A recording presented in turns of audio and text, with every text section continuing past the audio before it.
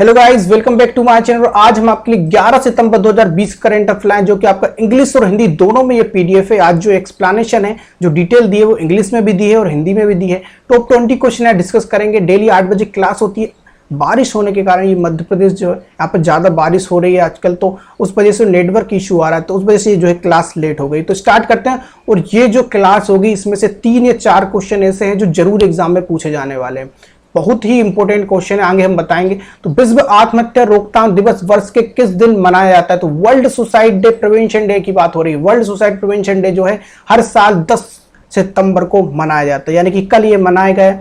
अब ये क्यों इंपॉर्टेंट है? क्योंकि जो सुशांत सिंह राजपूत का जो केस चल रहा है, उस वजह से जो है एग्जामिनर के मन में ये होगा कि हम ये वर्ल्ड सुसाइड प्रिवेंशन डे, और अभी डेट भी आई है, तो ये क्वेश्चन वो अभी पेपर जो एग्जाम बना रहे होंगे, तो ये जरूर याद रखना है। 10 सितंबर को मनाया जाता है। क्यों मनाया जाता है? यहां से क्वेश्चन बनता है। इसलिए मनाया जाता है क्योंकि जो हमारे वर्ल्ड वाइड जो सुसाइड होते हैं, चाहे इंडिया में हो चाहे बाहर हो, तो उसको रोकने के लिए, उसको प्रिवेंट करने के लिए, उसके लिए अगर कोई कार्रवाई करने के लिए, उससे सुसाइड होने से पहले ही कार्रवाई की जाए, उस उद्देश्य से जो है वो ये आपका विश्व आत्महत्या रोकथाम दिवस और वर्ल्ड सुसाइड प्रिवेंशन डे मनाया जाता है 10 सितंबर को। याद रखें ये डेट। थीम इसकी बहुत इंपॉर्टेंट होती है, थीम से क्वेश्चन जरूर बनता है। तो working together to prevent suicide, क्या है इसकी? Working together to prevent suicide. यही याद रखें, हिंदी वाले भी, हिंदी वालों से भी यही पूछी जाएगी। हम मतलब इसका बता देंगे आपको, आत्महत्या को रोकने के लिए मिलकर काम करना है हमको, ठीक है, ताकि आत्महत्या ना हो। ये जो थीम है, ये 2020 की थीम है। दिस केम, अब ये कब से चालू हुआ है? तो ये 2003 से हर साल मनाया जा रहा है। 17 साल हो गए इसको मनाते मनाते, तो आपको ये याद रखना है। 10 सितंबर वर्ल्ड सुसाइड प्रिवेंशन डे, विश्व आत्महत्या रोकथाम। इंपॉर्टेंट क्वेश्चन है। How many doorstep banking centre have been established in India? बहुत इंपॉर्टेंट क्वेश्चन। भारत में कितने डोर स्टेप बैंकिंग द्वारा स्थापित किए गए? तो 100 डोर स्टेप जो है banking centre, 100 door step banking केंद्र जो स्थापित हो चुके हैं भारत में। अब ये क्या है? देखिए, ये जो है, इसमें जो इसको लाभ मिलेगा, उनको ये टारगेट कस्टमर है, उनके बारे में बात करते हैं। इसमें ये लाभ मिलेगा सीनियर सिटीजन्स को, वरिष्ठ नागरिक को इसमें लाभ मिलेगा। डिफेंस पर्सनल, यानी कि जो मिलिट्री से रिलेटेड जो लोग होते हैं, जो हमारे आर्मी के जो सैनिक होते हैं या अधिकारी होते हैं, उनको इसका लाभ मिलेगा। जो हमारे आर्मी के जो सैनिक होते हैं, वो जो आपके शहीद हो जाते हैं, उनकी जो विधवा पत्नी है, उनको इसका लाभ मिलेगा। दिव्यांग, यानी कि जो आपके डिसेबल जो आपके सिटीजन है, उनको भी इसका लाभ मिलेगा। स्टूडेंट्स को मिलेगा, सैलरी एम्प्लॉयड को मिलेगा, कॉर्पोरेट क्लाइंट और रिटेल शॉपकीपर, यानी कि आपके जो वेतनभोगी कर्मचारी हैं, कॉर्पोरेट ग्राहक हैं। इसके अलावा जो सड़क पे जो दुकान लगाते हैं, उनको भी इसका लाभ दिया जाएगा, दुकानदारों को भी दिया जाएगा, ठीक है। तो ये आपको याद रखना है, ये है टारगेट। अब इसमें क्या लाभ दिया जाएगा? देखिए, जो भी इनको जरूरत है, जैसे कि इनको कुछ लेन देन करना है, तो उसमें जो है कि आपस घर पे बाहर नहीं जा सकते, तो इसमें क्या करेगा, डिलीवरी हो जाएगी सर्विस की। 3 घंटे के अंदर इसको जो है वो यहाँ पर इसकी सर्विस को डिलीवर करी जाएगा। इंपॉर्टेंट है, याद रखना है। सबसे इंपॉर्टेंट चीज है, ये जो आपका डोर स्टेप बैंकिंग सेंटर है, वो 11 भाषाओं में सर्विस को दिया जाएगा। कितने भाषाओं में? 11 भाषाओं में। तो ये भी इंपॉर्टेंट है, इस टाइप से क्वेश्चन बन सकता है। डोर स्टेप बैंकिंग सेंटर कितने भाषाओं में आपको इसमें स्थापित किए गए, कितने भाषाओं में सर्विस देगा? तो 11 भाषाओं में देगा। तो क्वेश्चन कहीं से बने, हमको तैयार रहना। वरिष्ठ नागरिक, जो आपको इतना सब याद रखना है, तो 100 सेंटर जो है इसमें स्थापित किए गए हैं अभी तक भारत में। नेक्स्ट जो है, which bank has announced that it will launch a loan product सफल फॉर ऑर्गेनिक कॉटन ग्रोअर? किस बैंक ने यह घोषणा की है कि हम जैविक कपास उत्पादकों को ऋण देंगे? किस योजना से? सफल से। सफल ये लॉन्च करेगा उसके लिए। तो ये बैंक है SBI, state bank of India, जो है वो सफल लॉन्च करेगा। क्यों लॉन्च करेगा? क्योंकि जो जैविक कपास उत्पादक हैं, जो हमारे जैविक कपास जो फार्मर्स हैं, उनको लोन मिल सके, उनके प्रोडक्ट के लिए, उनको उत्पादक के लिए जो बढ़ावा मिले और लोन मिल सके, वो स्टार्ट किया आपका SBI ने। SBI के भी कौन? Managing director CS Setty, Srinivasan Setty जो हैं, उन्होंने इसको लॉन्च किया है, सफल को। अब इसमें क्या होगा कि आपको क्रेडिट कार्ड की जरूरत यहां पर नहीं पड़ेगी। सफल स्कीम में डायरेक्ट आपको लोन यहां पर मिल जाएगा, कोई हिस्ट्री यहां पर क्रेडिट कार्ड की नहीं देखी जाएगी, ठीक है। तो ये जो है SBI का इनिशिएटिव है, सफल। आपके किसके लिए? जैविक कपास उत्पादक के, जैविक कपास जो किसान है उनके लिए, ठीक है, ऑर्गेनिक कॉटन ग्रोवर्स के लिए। State of bank of India हमने पहले भी आपको डिस्कस किया है, ठीक है, कई बार, 3 बार डिस्कस किया। इतना सब याद रखेंगे, तब आपका जो है SBI से जो है क्वेश्चन बाहर नहीं जाएगा। स्टेट बैंक ऑफ इंडिया, पुराना नाम इंपीरियल बैंक ऑफ इंडिया, याद रखें, कई बार ये पूछा गया। फॉर्मेशन 1 जुलाई 1955, पूरा डेट भी याद रखें और ईयर भी याद रखें। 1 जुलाई 1955। क्यों? इसका आपको हर एक चीज याद रखनी, क्योंकि भारत का नंबर 1 बैंक है और ये जो सारे क्वेश्चन है वो एग्जाम में बन चुके हैं। हेडक्वार्टर मुंबई, मुख्यालय कहाँ है इसका? मुंबई में। चेयरमैन इसके दिनेश कुमार खारा है। चेयरमैन कौन है इसके? दिनेश कुमार खारा है। आप याद रखें, रजनीश कुमार इसके चेयरमैन नहीं है, अपडेट हो जाइए आप, नहीं तो रजनीश कुमार लगाकर आ जाए। दिनेश कुमार खारा है। MD and CEO Ashwani Bhatia है, अभी हाल ही में ये बने, तो यहां से भी क्वेश्चन बन सकता है। दिनेश कुमार आपके जो खारा है वो अब यहाँ के चेयरमैन बन चुके हैं, तो आप याद रखें। अरिजीत बासु और चलना श्रीनिवासन शेट्टी, तो ये जो है इनके 4 बोर्ड ऑफ मेंबर होते हैं। कितने होते हैं? 4 होते हैं एमडी एंड सीईओ। तो चारों से आपका क्वेश्चन बन सकता है। क्यों 4 होते हैं? किसी भी कंपनी अपने एक सुना होगा, भारत का सबसे बड़ा बैंक है, सबसे ज्यादा ब्रांचेस हैं, सबसे ज्यादा अकाउंट यहाँ पर ओपन है, इसलिए जो है इसके जो है 4 बोर्ड ऑफ मेंबर इसको संभालते हैं। एसबीआई सीएफओ से, अब इसके जो चाइल्ड कंपनी है, इसके जो रिलेटेड अंडर में कंपनी आती है उनसे भी बनता है। एसबीआई के CFO Chalan Swami Venkat Nageswar. SBI life insurance Mahesh Kumar Sharma. SBI card head Ashwani Kumar Tiwari हैं। एसबीआई के म्यूचुअल फंड के हेड अश्वनी भाटिया है। ये जो है ये अपडेट हो चुका है, ये अश्वनी भाटिया नहीं है, इसको हम टेलीग्राम ग्रुप में बता देंगे, क्योंकि ये जो अश्वनी भाटिया है वो एमडी एंड सीईओ बन चुके हैं। ठीक है। Tagline, the banker to every Indian, pure banking nothing else है। हर भारतीय का बैंक है, इसकी टेगलाइन क्या है? द बैंकर टू एवरी, हर भारतीय का बैंक है, प्योर बैंकिंग नथिंग एल्स है। इसको याद रखें ऐसे भी कि हर भारतीय का अकाउंट इसमें, तो हर भारतीय का बैंक हो गया। तो ये सब चीजें जब आप याद रखते हैं तब जाके आप बोल सकते हैं कि हम स्टेट बैंक ऑफ इंडिया से कोई क्वेश्चन हमारा बाहर नहीं जाएगा। तो इस तरीके को डिटेल में हमको करंट अफेयर को पढ़ना चाहिए। Which bank is top ease banking reform index 2.0 the Indian banking association, भारतीय बैंकिंग संघ के ईज बैंक सुधार सूचकांक 2.0 किस बैंक ने शीर्ष स्थान प्राप्त किया? तो ये जो रिपोर्ट आई है ईज बैंकिंग सुधार सूचकांक की, इसमें आपका बैंक ऑफ बड़ौदा है जो टॉप पे रहा है। अब बैंक ऑफ बड़ौदा तो टॉप पे रहा है, सेकंड पे कौन रहा है? सेकंड पे इंपोर्टेंट है, स्टेट बैंक ऑफ इंडिया रहा है सेकंड पे। अब थर्ड पे कौन रहा है? थर्ड पे रहा है हमारा कौन? Oriental bank of commerce. कौन सा रहा है? ओरिएंटल बैंक ऑफ कॉमर्स जो है उसका थर्ड पोजीशन है इस इंडेक्स में। अब ये ईज क्या होता है? यहां से भी क्वेश्चन बन सकता है, तो इसके लिए भी हम तैयार हो जाते हैं। इनहेंस्ड एक्सेस सर्विस एक्सीलेंस क्या है? इनहेंस्ड एक्सेस सर्विस एक्सीलेंस की क्या है? इसका फुल फॉर्म है, तो कहीं से भी क्वेश्चन बने तैयार होना है। भारतीय स्टेट बैंक और जो ओरिएंटल बैंक दूसरे तीसरे स्थान पर है, पहले स्थान पर बैंक ऑफ बड़ौदा है, तो इतना ही याद रखना है। ठीक है। इसके बाद चलते हैं, when is the international day protect education from attack observe by the United nation, संयुक्त राष्ट्र द्वारा मनाए गए हमले से शिक्षा की रक्षा के लिए अंतर्राष्ट्रीय दिवस कब है?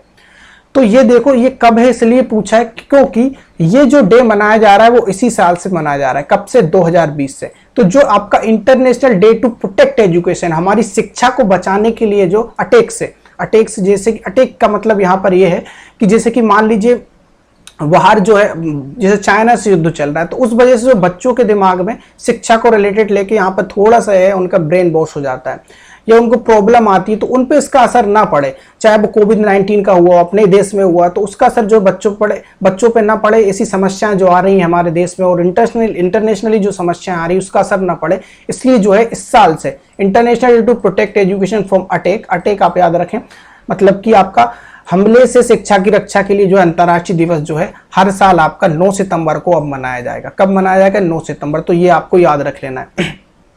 इसकी थीम क्या है? इसकी थीम याद रखें, हिंदी और इंग्लिश कोई भी हो, protect education save a generation. क्या याद रखना है?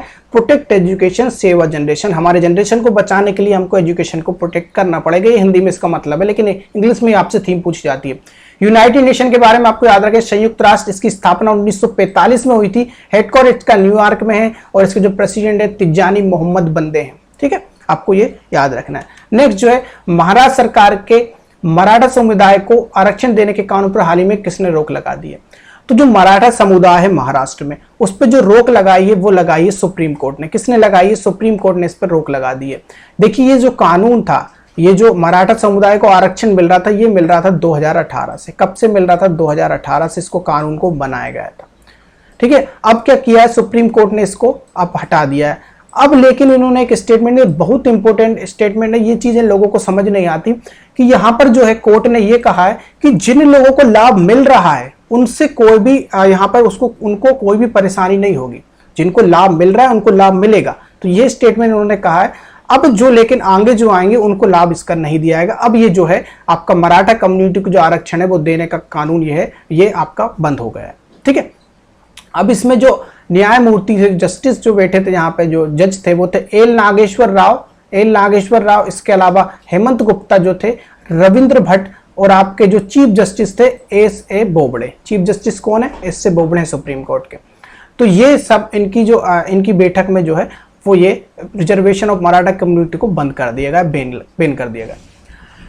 ये आपको याद रखना है, 2018 में स्टार्ट हुआ था ये, तो अब इसको बंद कर दिया गया। लेकिन जिसको मिल रहा है उसको मिलेगा, उसको किसी भी तरीके की परेशानी, ये स्टेटमेंट है सुप्रीम कोर्ट का। नेक्स्ट क्वेश्चन है, नेशनल स्टैटिस्टिकल ऑफिस की साक्षरता पर एक रिपोर्ट में 96.2 साक्षरता के साथ कौन सा राज्य देश का सबसे साक्षर राज्य बन गया है?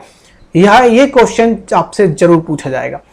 देखिए, जो नेशनल स्टैटिस्टिक ऑफिस है 96.2 जो साक्षरता है, जो लिटरेसी है, वो है आपकी किसकी? केरल की। केरल पहले भी नंबर 1 था, लेकिन केरल की पुरानी जो साक्षरता थी वो 94% के करीब थी। कितनी थी? 94% की। अब कितनी हो गई है? 2% यहां पर बढ़ गई, 96.2 हो गई है। ये तो नंबर 1 है केरल, वो पहले भी था। अब नंबर लास्ट पे बिहार था हमारा, लेकिन अब आ गया है आंध्र प्रदेश। कौन आ गया? लास्ट जो पोजीशन हो गई है वो आंध्र प्रदेश की हो गई। 66.4% यहां पर जो है वो साक्षरता है, लिटरेसी है। ये 2 क्वेश्चन आपके बनेंगे। अब यहां से बनेगा कि जो देखिए टॉप 5 आपसे देखिए क्वेश्चन ऐसा बनेगा कि जो बढ़ते क्रम में आप साक्षरता को बताइए, तो आपको बताना पड़ेगा केरल आपका क्या है? नंबर 1 है। दूसरे पे आपका दिल्ली है, तीसरे पे उत्तराखंड है, चौथे पे हिमाचल प्रदेश है और 5वें पे आपका असम है। केरला, दिल्ली, उत्तराखंड, हिमाचल प्रदेश, असम, ये टॉप 5 है। अब नीचे से भी आपका क्वेश्चन बन सकता है। तो लास्ट पे सबसे कौन सा है? आंध्र प्रदेश है। इससे पहले राजस्थान, तो राजस्थान है। इसके बाद आपका बिहार है, तेलंगाना है, यूपी है। यूपी भी आपका टॉप 5 में नीचे से, तो आपको याद रखना है। अब ये जो है आपका, ये आपको याद रखें, आंध्र प्रदेश आपका 66.4, इन दोनों की लिटरेसी रेट आप जरूर याद रखें। अब आपको बताना है कि नेशनल स्टैटिस्टिकल ऑफिस की साक्षरता जो है, इसकी जो रिपोर्ट आई है, भारत की कितनी साक्षरता है? कमेंट बॉक्स में कमेंट करके बताइए, ठीक है। तो ये है सारा कुछ इसके बारे में। यहां से क्वेश्चन जरूर बनेगा, इसको आप 5 स्टार लगा लीजिए, ये जरूर आने वाला है क्वेश्चन। नेक्स्ट जो है, दिल्ली आपका कौन सा? 2nd स्थान पे। भारत का कौन सा राज्य जो है हाल ही में नई राष्ट्रीय शिक्षा नीति लागू करने वाला देश का पहला राज्य बन गया है? तो जो आपकी जो न्यू नेशनल एजुकेशन पॉलिसी आई है, उसको सबसे पहले लागू किया है, वो किया है हिमाचल प्रदेश ने। किसने किया है? हिमाचल प्रदेश ने। तो हिमाचल प्रदेश के जो मुख्यमंत्री हैं जयराम ठाकुर, तो जयराम ठाकुर ने क्या किया? इस नई शिक्षा नीति को लागू कर दिया गया। अब इसमें जो लागू करने के लिए जो आपकी 43 सदस्य मेंबर्स यहाँ पर थे, 43 सदस्य यहाँ पर इसकी टीम बनाई थी। उसमें से जो हेड थे उनका नाम था गोविंद सिंह ठाकुर। ये गोविंद सिंह ठाकुर हिमाचल प्रदेश के शिक्षा मंत्री हैं। किसके? हिमाचल प्रदेश के शिक्षा मंत्री हैं गोविंद ठाकुर। ये आपके अध्यक्ष थे और बाकी 42 लोग इसमें थे, ठीक है। इन्होंने इसको जो है भारत का पहला राज्य बना दिया है जो जिसने नई राष्ट्रीय शिक्षा नीति या नेशनल एजुकेशन पॉलिसी को लॉन्च किया है, ठीक है, या लागू किया है। तो यही है आपका, याद रखना है आपको।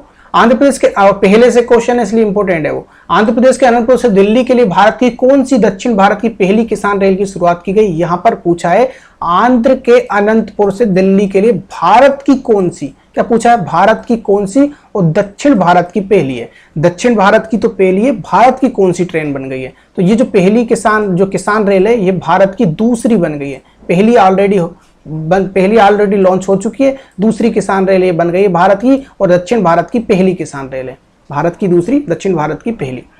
अब ये जो है श्री तोमर और श्री रेड्डी और श्री अंगड़ी ने देश की अर्थव्यवस्था को मजबूत करने के उद्देश्य से जो आंध्र के अनंतपुर से दिल्ली तक जो है भारत की दूसरी और दक्षिण भारत की पहली किसान रेल शुरुआत कर दी है। इसमें जो है इस रेल के आंध्र प्रदेश राज्य के जो मसूर फल देश में आसानी से पहुंच सकेंगे। आंध्र प्रदेश में सबसे ज्यादा फल होते हैं। फल में भी आपका जैसे कि सब्जियां भी हैं, उसमें टमाटर है, पपीता है, कोको है, चिली है, पपाया, चिली, ठीक है। ये सब जो है मिर्ची का उत्पादन। देखिए आंध्र प्रदेश जो है मिर्ची के प्रोडक्शन में जो इनका गुंटूर है, गुंटूर में सबसे ज्यादा जो है मिर्ची का प्रोडक्शन होता है। उसके लिए बांग्लादेश तक भी ट्रेन चलाई गई थी, वो भी आपको याद रखना है, ठीक है। तो किसान रेल जो है भारत की दूसरी किसान रेल ये बन गई है, और ये आपका कहां से? अनंतपुर से, आंध्र प्रदेश का अनंतपुर है, वहां से दिल्ली तक ये चलेगी, ठीक है। इतना आपको याद रखना है ताकि जो है हमारा जो प्रोडक्शन है आंध्र प्रदेश में, जो किसान लोग हैं उनको आसानी से दिल्ली तक हम उसके प्रोडक्ट को पहुंचा सके, उनको लाभ मिल सके। नेक्स्ट जो है केंद्रीय अल्पसंख्यक कार्य मंत्रालय ने कब से हुनर हाट प्रयागराज में दोबारा आयोजित करने की घोषणा की है? हुनर हाट जो है प्रयागराज की बात हो रही है। तो ये जो है केंद्रीय अल्पसंख्यक मंत्रालय 9 अक्टूबर से लेकर 18 अक्टूबर तक इसको आयोजित किया जाएगा, हुनर हाट। अब हुनर हाट है क्या? देखिए हुनर हाट में क्या होता है कि इसमें जो होता है कि जो जो आपके अल्पसंख्यक होते हैं, जो आपके माइनॉरिटीज के जो पीपल होते हैं, तो माइनॉरिटीज भाई बहन जो होते हैं उनको जो उनकी परंपरागत शैली होती है, जो जंगलों में रहते हैं तो उनके कुछ वो वहाँ से खिलौने बनाते हैं, वहाँ से कुछ शिल्प धरोहर बनाते हैं, कुछ मूर्तियाँ बनाते हैं, तो उन सबको इस हुनर हाट बाजार में वो आके बेचते हैं। मतलब हुनर हाट का मतलब अपना हुनर दिखाना, तो इनको हुनर दिखाने का यहाँ पे मौका दिया जाता है, उनकी प्रोडक्ट को यहाँ पर बेचा जाता है। तो 9 से 18 अक्टूबर 2020 में ये जो है हुनर हाट लगेगा, ठीक है। तो ये याद रखना। और ये आपसे कौन लगाएगा इसको? केंद्रीय अल्पसंख्यक कार्य मंत्रालय ने इसको जो है घोषणा की है। किसने? इसका आपको इंग्लिश में याद रखें, union ministry of minority affairs. कौन है इसके जो मंत्री हैं अल्पसंख्यक के? वो कौन है आपके अल्पसंख्यक वाले मंत्री? कौन है? मोहम्मद नबी। कौन है? आपको कमेंट बॉक्स में कमेंट करके बताना है, ठीक है।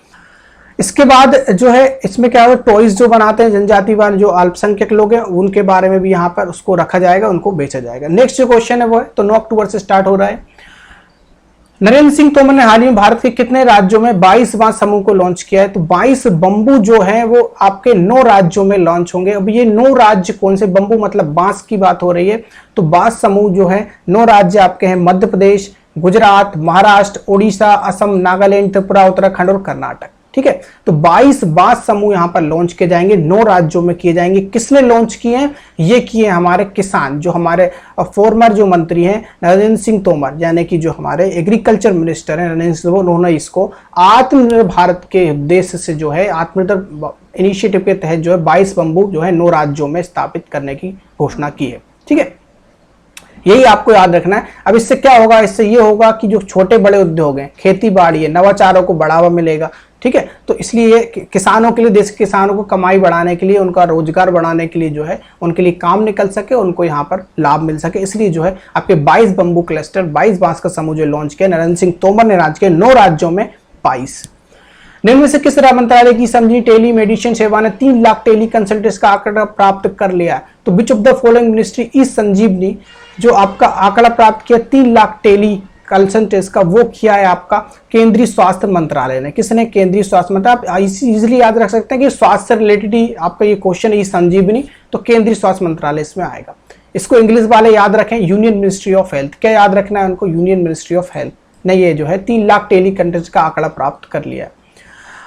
अब ये जो है इसमें क्या होगा कि केवल तमिलनाडु ने क्या किया, इसमें 97,204 कंसल्टेंट्स का योगदान दिया है। कितना? 97,204 कंसल्टेंट, तो सिर्फ तमिलनाडु ने ही कर दिए। टोटल कितने हैं? 3 लाख है। तो ये भी आपको याद रखना है, नंबर 1 आपका तमिलनाडु है इसमें क्या होगा? डॉक्टर से डॉक्टर कनेक्ट, ई संजीवनी, मरीज से डॉक्टर कनेक्ट, ये सब इसमें ई संजीवनी ओपीडी है।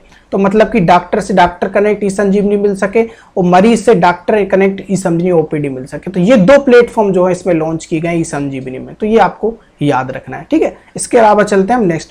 तो ये अभी जो है इसमें 23 राज्यों में लागू हो चुका है। कितने राज्यों में हो चुका है? 23 राज्यों में। 2 टाइप की योजना है, डॉक्टर से डॉक्टर कनेक्ट ई संजीवनी और मरीज से डॉक्टर कनेक्ट को बोलते हैं ई संजीवनी ओपीडी, ठीक है। ये आपको याद रखना, 23 राज्यों में हो चुका है। किसने किया? हमारे यूनियन मिनिस्ट्री ऑफ हेल्थ यानी केंद्रीय स्वास्थ्य मंत्रालय ने। 3 लाख हो चुके हैं, 97,000 आपके तमिलनाडु। नेक्स्ट जो है, इनमें से किस यूनिवर्सिटी को हाल ही में 100 वर्ष पूरे किए हैं? तो बहुत इंपॉर्टेंट क्वेश्चन है। तो ये जो कर लिए वो अलीगढ़ मुस्लिम यूनिवर्सिटी ने कर लिए, 100 वर्ष पूरे कर लिए। देखिए ये इसकी स्थापना तो हुई थी आपके 1856 में, लेकिन ये 100 वर्ष 1920 से पूर्व है। कैसे? देखिए अलीगढ़ भारतीय मुसलमानों का सांस्कृतिक केंद्र बना था और 1856 में सबसे पहले, और उसके बाद सर सैयद अहमद खान ने ये एंग्लो ओरिएंटल कॉलेज बना दिया, ठीक है। ये लिस्ट है, आपको दिख नहीं रही होगी, हम ग्रुप में आपको सेंड कर देंगे, तो इसमें पूरी डिटेल दी है इसके बारे में, ठीक है। इसके अलावा जो है इसको फिर 1920 में क्या किया था, अलीगढ़ कॉलेज एक मुस्लिम यूनिवर्सिटी बना दिया गया। तो अगर जब यूनिवर्सिटी की बात करें तो ये तो बनी थी 1920 में, स्थापना इसकी जरूर 1856 में हुई थी। इसको बाद में बदला, कभी इसको सांस्कृतिक केंद्र बना दिया गया, कभी इसको कॉलेज बना दिया गया, लेकिन यूनिवर्सिटी जो बनी थी ये 1920 में बनी थी। अब 1920 से अब कितने साल हो गए? 2020 तक 100 साल हो गए। तो इसलिए इसमें लिखा कि 100 वर्ष किसने पूरे किए। बहुत इंपॉर्टेंट क्वेश्चन है, अलीगढ़ मुस्लिम यूनिवर्सिटी ने, ठीक है। तो ये आपको याद रखना है। कुछ दिनों बाद ये मुसलमानों को अंग्रेजी शिक्षा देने वाला प्रमुख केंद्र बना दिया गया था, ठीक है। ये पहले बनाया था 1920 से, फिर इसके बाद इसको मुस्लिम यूनिवर्सिटी बना दिया गया था, ठीक है। ये आपको याद रखना है। इसकी जो डिटेल है हम आपको सेंड कर देंगे टेलीग्राम ग्रुप। सीबी इनसाइट के द्वारा जारी विश्व के सबसे वैल्यूएबल स्टार्टअप की टॉप 10 लिस्ट में चाइना की किस कंपनी को पहला स्थान मिला है? तो चाइना की जो पहली कंपनी बन गई इसमें वो है वेडेंस। कौन सी है? वेडेंस है। तो वेडेंस को जो सबसे वैल्यूएबल स्टार्टअप की बात हो रही है, ठीक है, स्टार्टअप रैंकिंग होती है, तो सीवी इनसाइट ने इसको रिलीज किया। किसने रिलीज किया इस रिपोर्ट को? सीवी इनसाइट ने। तो आपकी वेडेंस है, ये भी आपको नहीं दिख रहा होगा, देखिए डिटेल ज्यादा हो जाती है तो इमेज नहीं दिखती है, तो ये भी हम आपको भेज देंगे, ठीक है। तो टॉप 10 में आपकी कौन आ गई? वेडेंस आ गई, इतना ही आपको याद रखना है। लेकिन इसमें एक चीज और इंपॉर्टेंट है, भारत की इसमें टॉप 10 में एक कंपनी है, भारत की जो है टॉप 10 में इसमें कंपनी, उसका नाम है 197 कम्युनिकेशन, ये पेटीएम का है। पेटीएम जो कंपनी है उसका 197 कम्युनिकेशन है, उसको जो है नोवा स्थान मिला है इसमें, ठीक है। तो इसमें जो है टॉप 10 में 6 कंपनियां अमेरिका की हैं, 3 कंपनियां चीन की हैं और 1 कंपनी हमारी भारत की है। 6 3 9 1 10 हो गए, ठीक है। तो इतना सारा याद रखना। एक अपनी 197 कम्युनिकेशन है जो पेटीएम का ही पार्ट है, तो वो आपकी इसमें टॉप 10 में पहले स्थान पर वेडेंस है। 6 अमेरिका, 3 चाइनीज, 1 भारत। भारत के किस शहर की निसारी महेश ने महिलाओं के लिए भारत का पहला one stop financial platform launch किया? निसारी महेश of which cities of India launch first stop financial platform for women. तो महिलाओं को बढ़ावा देने के लिए निसारी महेश ने चेन्नई में जो है one stop financial platform launch किया है। कहां पर किया है? चेन्नई में लॉन्च किया है। अभी इसमें क्या हुआ कि महिलाओं को जो फाइनेंशियल सेक्टर जो है उसमें बढ़ावा देने के उद्देश्य जो है निसारी महेश यहां पर है, ये है निसारी महेश। ये निसारी महेश ने जो है ये स्टार्टअप महिलाओं के लिए फाइनेंस सेक्टर की बात हो रही है, ठीक है, फाइनेंशियल वुमेन को प्लानिंग बताने के लिए, उनको लिटरेट करने के लिए जो है निसारी महेश ने इसको फाइनेंशियल अवेयरनेस के लिए चेन्नई में जो है ये लॉन्च किया है प्लेटफॉर्म, ठीक है, वुमेन के लिए। नहीं, जो इंटरनेशनल ट्रिब्यूनल ने किस देश पर ऑस्ट्रेलिया कंपनी का खनन पट्टा रद्द करने में 5.8 अरब डॉलर का जुर्माना लगा दिया है? बहुत इंपॉर्टेंट क्वेश्चन है। देखिए, internet tribunal for cancelling and Australia companies mining lease, क्या हो रहा था कि माइनिंग मतलब होता है कि जो खनन होता है जहां पे से कोयला निकाला जाता है, तो उसमें जो इन्होंने क्या किया था, इनका पट्टा रद्द कर दिया है, तो इसे यहाँ पर 5.8 अरब डॉलर का जुर्माना लगा दिया। पाकिस्तान बेसी उपद्रव मचाता है, तो उस वजह से अब ये क्या हो रहा है कि पाकिस्तान के पास इतना पैसा है नहीं, 5.8 बिलियन डॉलर की बात हो रही है। अब ये बोलने के लिए इसने ये बोला है ट्रिब्यूनल से, इसने जो यूएन के सामने ये जो world bank international centre settlement के लिए इन्होंने कहा है कि भैया हमारे पास इतना पैसा नहीं है, आप बात कर रहे हैं 5.8 बिलियन डॉलर की, तो हमें कोविड-19 से निपटना है। इन्होंने ये दिया, यहाँ पे लिखा है पाकिस्तान के जुर्माने में इंटरनेशनल ट्रिब्यूनल ने कहा है कि वे अगर इतनी बड़ी रकम का भुगतान करता है तो कोरोना महामारी से निपटने में दिक्कतों का सामना करना पड़ेगा। तो इस वजह से जो इन्होंने भी अपनी बात रखी यूएन के सामने और उन्होंने ये अपील की है, Pakistan is appeal the world bank international centre for settlement कि हम ये जो है इसको रिकवर करें, इस फाइन को अभी तो हम नहीं दे पाएंगे और इसके बारे में आगे जो डिटेल आएगी हम आपको डिस्कस करेंगे। आंध्र प्रदेश सरकार ने हाल ही में वाईएसआर संपूर्ण पोषण और वाईएसआर संपूर्ण पोषण प्लस नाम की 2 पोषण योजनाएं शुरू की है। ये आपसे पूछा है इस क्वेश्चन में कि आंध्र प्रदेश के वर्तमान गवर्नर कौन है, तो इंपॉर्टेंट तो चीज ये है कि वाईएसआर संपूर्ण पोषण और वाईएसआर संपूर्ण पोषण प्लस, ये दोनों स्कीम जो है वो आंध्र प्रदेश की, ये क्वेश्चन एक बन गया। गवर्नर के बारे में क्वेश्चन बनता है तो विश्वभूषण हरिचंदन यहाँ के गवर्नर है, वाईएसआर रेड्डी यहाँ के क्या है, सीएम है। तो ये जो स्कीम होगी ये गर्भवती महिला जो होती हैं, हमारी माताएं जो होती हैं, ठीक है, जो प्रेग्नेंट वूमेन होती हैं, और इसके अलावा जो बच्चों को पौष्टिक आहार मिल सके उनके जो जन्म के दौरान 6 महीने के दौरान, तो उसके लिए जो है इन्होंने वाईएसआर संपूर्ण पोषण प्लस और वाईएसआर संपूर्ण प्लस लॉन्च किया है। ये योजना है आंध्र प्रदेश की, वाईएस जगनमोहन रेड्डी ने इसको लॉन्च किया है। ये 2 पोषण योजना है, 2 न्यूट्रिशन स्कीम जो है ये आंध्र प्रदेश की। नेक्स्ट जो है संयुक्त राज्य अमेरिका, भारत और किस देश ने 5G तकनीक में सहयोग करने का निर्णय लिया है? तो ये जो निर्णय लिया है इजराइल, यूनाइटेड स्टेट, देखिए इसमें जो है संयुक्त राज्य अमेरिका और आपका जो संयुक्त राज्य अमेरिका, भारत और किस देश, ये आपका एक देश पूछा है, इसमें इजराइल है, तो 3 देश का है, जो 3 देशों ने मिलकर जो 5G तकनीक यहाँ पर सहयोग करेगा। इसमें क्या होगा, जो आपकी न्यू जनरेशन है, जो 5G टेक्नोलॉजी आने वाली, इसको बढ़ावा मिलेगा। टेक्नोलॉजी के मामले में यहाँ पर डेवलपमेंट होगा, डेवलपमेंट एरियाज होंगे, नेक्स्ट जनरेशन में डेवलपमेंट होगा, ट्रांसपेरेंट जो है, reliable secure 5G communication network, सारी जो भी टेक्नोलॉजी से रिलेटेड जो चीजें हैं वो आपका अमेरिका, भारत और इजराइल ये 5G तकनीक पे काम करेगा, ठीक है, ये आपको याद रखना है। 3 देश हैं इसमें, आपसे कोई भी क्वेश्चन बन सकता है, यहाँ पे आपको दे देंगे भारत इजराइल, अमेरिका ऑप्शन में दे देंगे, तो आपको याद रखना है अमेरिका इजराइल दे देंगे, भारत ऑप्शन में दे देंगे, तो तैयार होना है, ठीक है। मेट्रो को फीडर सेवा के रूप में जल परिवहन को एकीकृत करने वाला देश का पहला शहर कौन सा है? मेट्रो की फीडर सेवा के बारे में बात हो रहा है, बात हो रही है जल परिवहन की, बात हो रही है वाटर सर्विस की, वाटर ट्रांसपोर्ट की। तो ये जो फर्स्ट बन गया है पहला शहर वो बन गया है कोची। अब कोची में क्या होगा, कोची में जो होगा इस टाइप की जो है ट्रांसपोर्ट, वाटर ट्रांसपोर्ट जो है फीडर सेवा होगी, यहाँ पे मेट्रो चलाई जाएगी, इसको मेट्रो नाम दिया, जैसे कि आपकी मेट्रो जो ट्रेन पटरी पे चलती है उसी प्रकार से जो है आपकी वाटर मेट्रो चलेगी। तो इसमें पर्यटन देखिए कुछ यहाँ पे फायदे, इसमें किस किस को फायदा होगा, मछुआरों को फायदा होगा, ठीक है, मछुआरे के अलावा जो मछुआरे जो मछली पकड़ते हैं उनको फायदा होगा। इसके बाद पर्यटन को इसमें बढ़ावा मिलेगा। इसके अलावा इसमें यह लक्ष्य रखा गया है कि प्रतिदिन 1 लाख, करीबन 1 लाख जो है पैसेंजर इसमें जो है वो आपके इसमें सफर करेंगे, 1 लाख इसमें रखा गया है कोची मेट्रो ने, ठीक है, ये भी आपको याद रखना है। इसका जो इसमें जो खिंचाव है जो चालू होने के साथ जो पट्टा थाईकोंडम है, यहाँ का जो आपका कोची है वहां पर जो मेट्रो जो है वो ये आपका, इसका नाम है पट्टा थाईकोंडम। तो ये जो है, और इसकी जो कॉस्ट है, इसमें जो फंड लगा है इसको बनाने में 6218 करोड़, कितना लगा है फंड, 6218 करोड़। तो ये सारी चीजें आपको याद रखनी है, ठीक है। तो इससे पर्यटन को बढ़ावा मिलेगा और 1 लाख के करीब यहाँ पर 1 लाख से ज्यादा एक दिन में सवारियां यहाँ पर हो चुकी, ये इसमें सक्षम है। तो कोची में पहले से क्वेश्चन ज्यादा बनता है, तो याद रखें मेट्रो की फीडर सेवा के रूप में आपका जो वाटर ट्रांसपोर्ट के लिए फर्स्ट जो है पहला शहर कौन सा बन गया, वो कोची बन गया। जनजाति मामलों के मंत्रालय ने आदिवासी स्कूल में गेमिंगफाइड लर्निंग ऐप को लागू करने के लिए किस ऐप के साथ भागीदारी की है? तो ये जो भागीदारी की है ट्राइबल अफेयर्स ने गेमिंगफाइड लर्निंग ऐप की, ये की स्टेप ऐप के साथ। ये लास्ट क्वेश्चन है आपका, तो स्टेप ऐप के साथ इन्होंने यह भागीदारी की है। जो स्टेप ऐप है, देखिए आप कंफ्यूज नहीं होना, स्टेप का फुल फॉर्म पहले आप याद रखें, student talent enhancement programme application, ठीक है। अब इसका उद्देश्य क्या है स्टेप ऐप का? इसका उद्देश्य ये है कि जो भी आपके 1 से लेकर 12वीं तक के जो भी स्टूडेंट होंगे, जो छात्र होंगे, कितने छात्र होंगे, 1.5 लाख स्टूडेंट जो होंगे, 1.5 लाख से ज्यादा स्टूडेंट को इसमें लाभ मिलेगा। वो इसमें जो है आने वाले जो भी आपके जो जनजाति मामलों इसको जो आपके इनको लाभ मिल सकेगा और वर्षों में इसका विस्तार हो सकेगा, ये इसमें है। तो इनके इनिशिएटिव चालू किया स्टेप ऐप है इसमें, ठीक है। तो ये जो है भारत सरकार के जनजाति मामले जो माइनॉरिटी जो आपका जनजाति ट्राइबल मिनिस्ट्री जो है वहां पर जो है इसका जनजाति स्कूल के ऐतिहासिक विकास के लिए बेहतरीन एप्लीकेशन को लागू किया है। तो ये किसके लिए है? ये जो हमारे ट्राइबल अफेयर्स ट्राइबल्स भाई बहन है उनके लिए है, ठीक है। तो आपको याद रखना, इसलिए इसमें जो स्टूडेंट है वो भी कम है क्योंकि 1.5 लाख स्टूडेंट है, 1 से 12वीं तक इसमें लाभ मिलेगा। तो यहाँ पे रखना स्टेप ऐप है। तो ये वीडियो आपका ये खत्म होता है। ये वीडियो बहुत ही ज्यादा मेहनत से बना हुआ है, ठीक है, इसमें से क्वेश्चन आपके जरूर बनने वाले हैं। तो ये वीडियो आपको अच्छा लगा कमेंट बॉक्स में कमेंट करके बताना है, वीडियो को लाइक करना है, शेयर करना है और चैनल को सब्सक्राइब करना है। Thank you. जय हिंद, जय भारत।